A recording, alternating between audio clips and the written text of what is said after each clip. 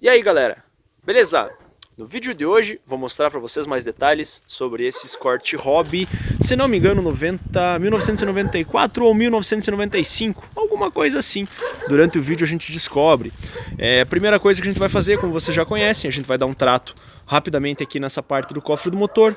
Vou passar aquele produto ali desengraxante, esfregar algumas partes e já a gente vai para o nosso já tradicional local aí de gravação para mostrar para vocês todos os detalhes. Beleza, pessoal? Então só estou fazendo inicialmente algumas imagens rapidamente aqui de como a gente recebe o cofre do motor e já vocês vão poder ver o carro e todos os detalhes possíveis. Beleza?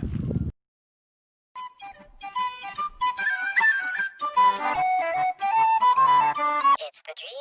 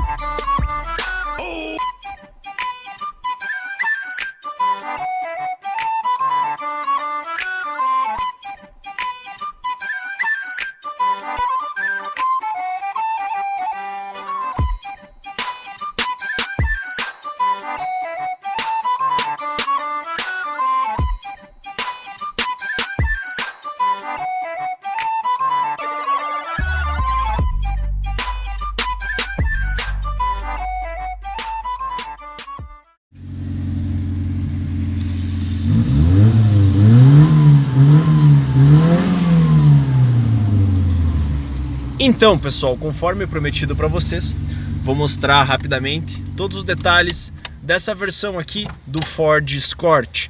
No caso aqui é um Escort então Hobby, se não me engano, ano 1994, modelo 1995.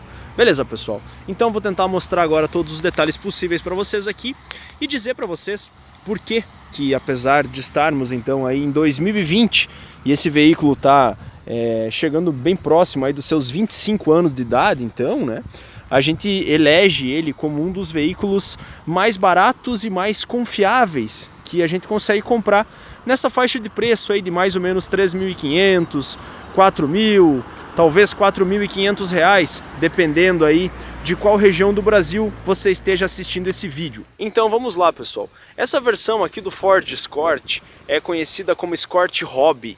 Por quê, pessoal? Porque ele é, digamos assim, na época, aliás, ele era a versão de entrada, então, dessa linha do Escort. Provavelmente, pessoal, vocês já devem ter visto esse mesmo Ford Escort em outras motorizações, né? Se não me engano, e lembrando de cabeça rapidamente aqui, ele teve pelo menos mais algumas versões 1.6, se não me engano, e teve também uma das mais icônicas, que é a 1.8 XR3. Pois é, pessoal, inclusive essa 1.8 XR3 tem algumas unidades, inclusive conversíveis, que aqui na minha região valem uma grana. Para vocês terem uma ideia, um XR3 95 aqui conversível custa aí na faixa de 20 mil reais. Bom, pessoal, já essa versão Hobby, ela tem uma proposta bem diferente, uma proposta bem mais econômica, digamos assim, e já eu vou poder mostrar no interior do carro todos os detalhes para vocês. Qual foi a ideia da Ford na época, pessoal? Fazer uma carroceria relativamente simples num carro barato e confiável, né? Então assim, pessoal, o que a gente tem aqui? Tem um porta-malas bastante grande, para falar bem a verdade para vocês, maior aí numa comparação direta, tranquilamente maior que um porta-mala de Gol, provavelmente maior que um porta-mala de Uno também, com espaço aí razoável a grande para a gente poder, enfim, colocar bagagens e etc, né? Logicamente aqui atrás a gente não tem encosto de cabeça para ninguém e os cintos são todos um pouco mais simples numa comparação direta. com aqueles cintos que a gente já está acostumado a visualizar nos veículos que a gente vê comumente no nosso dia a dia, né? Aqui na frente, pessoal, a gente não tem vidros elétricos, tá? Também não temos travas elétricas, retrovisores, então tem ajustes manuais, tudo muito simples, tudo muito básico, para falar a verdade para vocês. Essa unidade aqui, inclusive, vou tentar mostrar rapidamente aqui para vocês. Ela tem duas particularidades, né? Olha só, em algum momento quebrou o puxador aqui que abre a porta do carona, e também tem um detalhezinho aqui, o pessoal acabou colocando um parafuso aqui nessa maçaneta que abre também o vidro do carona, né? Uma pena, dois detalhezinhos bem bobos, mas que deixam o interior do carro com aspecto de desleixo, né? Ah, falando em interior, deixa só sentar rapidinho no banco de trás aqui, e conforme a proposta que eu tinha feito para vocês, para eu aumentar a frequência de envios, eu vou reduzir as edições nos vídeos, então vocês vão acompanhar todo esse processo. Vamos lá, pessoal, dá uma olhada no interior desse carro, olha só que bacana. Não temos praticamente peças quebradas em lugar algum, tá? Ah, tem um fiozinho solto ali, porque o cara que instalou o rádio, inclusive de uma marca bem duvidosa, mas enfim, o cara que instalou o rádio acabou deixando aquele fiozinho aparecendo ali. Questão de levar o carro para casa e em alguns minutos tirar esse rádio fora, esconder melhor aqueles fios ali dentro, e se for o caso de manter o mesmo rádio, deixar ele no lugar, se não, colocar daqui a pouco um rádiozinho um pouco melhor, um conjuntinho de alto-falantes talvez um pouquinho melhor, porque esse carro, na minha opinião, merece, tá? Eu tive a oportunidade de dirigir ele aqui por alguns dias, na verdade. O motor que ele utiliza é um motor CHT, então esse motor é da época que a Ford então fez essa aventura com a Volkswagen, chamada de Auto Latina. Tem vários veículos que são dessa época, então, que são Fords que compartilham algumas peças de Volkswagen e Volkswagen que compartilham algumas peças de Ford. Então, no caso aqui, é um motorzinho CHT, similar aí o motorzinho 1.0 dos primeiros Gol Bola. Então, assim, nós temos aí um motorzinho 1.0 com consumo de combustível bastante baixo até, pelo ano do carro. E no caso aqui, pela relação peso-potência, tranquilamente se faz 8,5 km, 9 km por litro dentro da cidade. Um consumo bastante razoável, se você considerar a idade do carro e o custo dele, né? Então pode ser uma opção bem interessante para alguém que queira gastar o mínimo possível e andar dentro de um carro 1.0 confiável, né? Logicamente, né, pessoal, com esse valor a gente não leva nenhum opcional para casa, mas ao mesmo tempo a gente acaba não levando nenhuma dor de cabeça para casa. O fato de não termos, por exemplo, vidros elétricos nas portas pode ser ruim, porque você tem que, com a sua própria mão, no caso, né, levantar ou baixar o vidro através dessa manivela, né? Mas também pode ser uma coisa boa, por quê? Porque simplesmente, se caso quebrar, a maquinazinha do vidro, a máquina do vidro manual ali é muito mais barata, numa comparação direta com um motor elétrico, no caso de uma manutenção num vidro elétrico, né? Da mesma forma, a parte de direção no carro, né? No caso aqui a direção do carro, ela também não é hidráulica. Então, no caso de uma eventual manutenção no sistema de direção do carro, o que é bem difícil, para falar bem a verdade, mas no caso de uma eventual manutenção, também o custo vai ser bem mais barato, porque a gente não tem a bomba da direção hidráulica, não temos todas aquelas mangueiras, não tem risco de ter vazamento desse tipo de óleo, enfim. Seguimos aqui para a parte de ar-condicionado, ele tem ar quente e frio, e é isso, ele não tem ar-condicionado também, então mais uma vez, no caso de uma eventual manutenção, os custos são bastante reduzidos. Bom, temos alguns problemas no carro, isso é óbvio e certo, né? O que acontece? Algumas das coisas, aliás, que eu não gosto. Falta aí um medidor de rotações por minuto no painel, mereceria essa informação. Porém, pessoal, pela idade do carro e pela proposta, eu achei interessante que o pessoal colocou pelo menos o medidor de temperatura. Dá pra gente manter, aliás, dá pra gente saber mais ou menos qual que é a temperatura do motor. Então, no caso de uma situação extrema, daqui a pouco um superaquecimento ou alguma coisa assim, a gente consegue se prevenir e parar o carro, se for o caso, antes, no caso de uma emergência, numa viagem, por exemplo, né?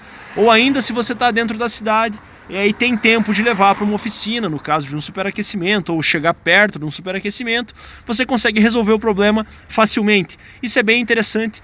Eu pessoalmente tenho preferência de veículos mais simples, no caso, né? que tenham esse medidorzinho de temperatura, numa comparação direta com aqueles que não têm o medidor de temperatura e tem apenas aquela chamada luz espia, se não me engano, que quando acende já é tarde demais, né? Fiquei devendo para vocês aqui de mostrar rapidamente essa parte do cofre do motor, como é que ficou depois dessa rápida limpeza que a gente fez. Barbaridade, vai começar a chover aqui. Quem pôde ver como o carro chegou até a nossa revenda no iniciozinho do vídeo, né? Bastante empoeirado, bastante feio, bastante sujo. E olha só, pessoal, basicamente a gente jogou um desengraxante, passamos então aí uma escovinha em alguns pontos estratégicos aqui dentro do motor, só para deixar ele um pouco mais bonito para o próximo dono que vir olhar o carro. Beleza, pessoal? Vou só entrar rapidinho aqui e fechar os vidros para eu poder levar ele de volta para a revenda, enquanto a chuva não engrossa um pouquinho mais. Então, pessoal, finalizando aqui com vocês, falando rapidamente sobre questões relacionadas a mercado. Não sei como é que é na região de vocês, pessoal, mas um carro destes aqui com um motorzinho CHT 1.0, nesse valor que eu falei para vocês, a gente vai anunciar ele a R$3.500, R$4.000, talvez R$4.500, normalmente ele vende em 2 ou 3 dias, beleza?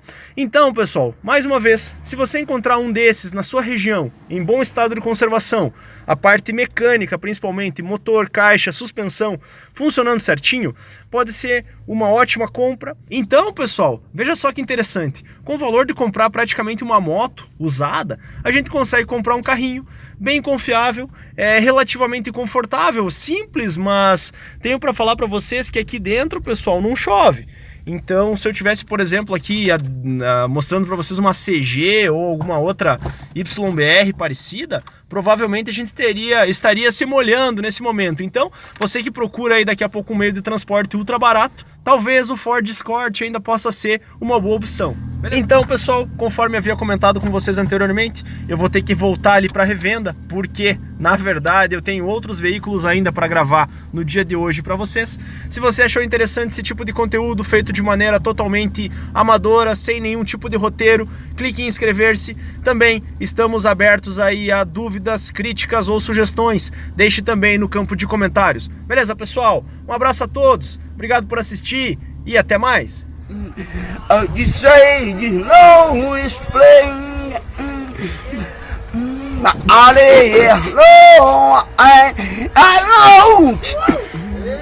Big split, no Islam.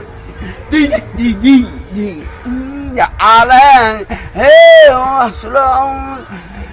You know, explain, say, no. Big split, no Islam.